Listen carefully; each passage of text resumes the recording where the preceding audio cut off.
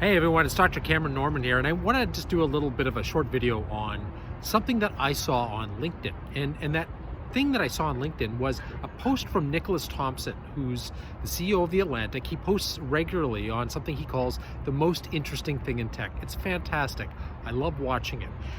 What he does is he recounts a story or some bit of the news and talks a little bit about the innovations and what it might mean for society. Today, he talked about something that really captured my attention. He was talking about a phenomenon that has just started out with the deep fakes around music. So what we're starting to see is that people are taking sounds or recorded parts of professional artists and remixing them to create brand new music using AI. The Canadian artist Grimes is trying to get a little bit ahead of this stuff. She's being innovative and she's offering up her music to anybody who wants to remake it. With a chance to share 50-50 the profits. So the idea behind that is that if fans who have been doing this kind of stuff forever in terms of remaking and creating fan fiction and fan art will now actually be able to have the original recordings and do it with the blessing of the artists themselves.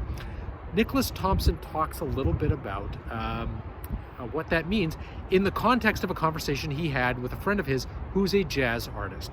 Now, their conversation kind of goes like this, is that they're trying to figure out what does this mean. And his friend, who's an accomplished artist, suggests that fans probably won't be as interested in it because they'll be able to tell. We'll be able to spot fake music. It won't be that good. And here's what my take is. I think possibly at first that might be the case, but what's more likely to happen is that we're going to start to see an overwhelm of content, of volume. And so the idea is that if you think about how most people listen to music, they're not listening to it for high fidelity. We have lots of tools to be able to help us do that, but the truth is we're listening to it in the car, we're listening to it on the bus, we're listening to it on a run. Those are not environments where we're going to really get great fidelity in terms of the music.